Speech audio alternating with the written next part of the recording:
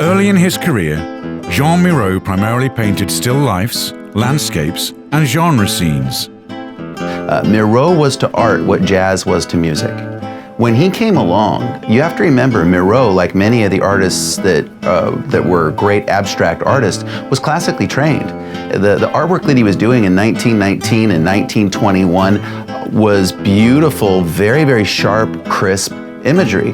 In 1924, when he started creating works in association with the Surrealist movement, he was one of the first artists in history to create artwork where we had absolutely no idea what we were looking at. Influences ranging from the folk art and Romanesque church frescoes of his native Catalan region in Spain to 17th century Dutch realism were eventually superseded by more contemporary ones.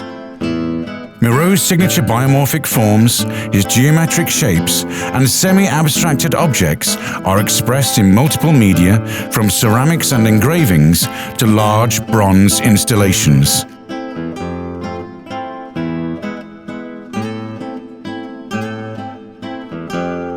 Miro was drawn to the Dada and Surrealist movements. He became friends with the Surrealist writer André Breton, forming a relationship that lasted for many, many years.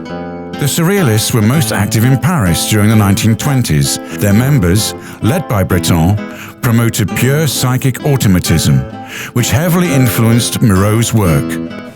There's no context. It's just pure genius that came out of him and went on the paper. And it was so advanced because the very first show he had was at the Dalmau Gallery in downtown Barcelona, and it was in 1918.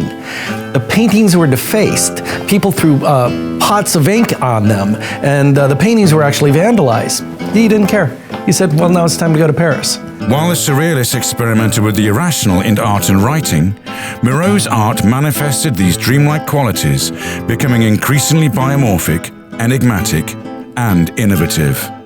In 1934, Miro's art began to be exhibited in both France and the United States. He was still residing in Paris when war broke out in Europe, and by 1941, Miro was forced to flee to Mallorca with his family.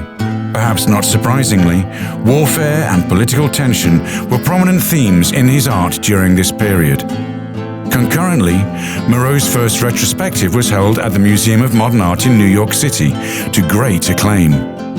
His renown continued to grow both in America and Europe, culminating in a large-scale mural commissioned in Cincinnati in 1947.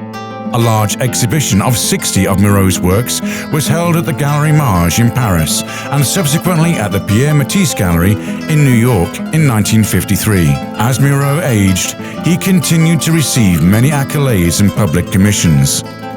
In 1974, he was commissioned to create a massive tapestry for New York's World Trade Center.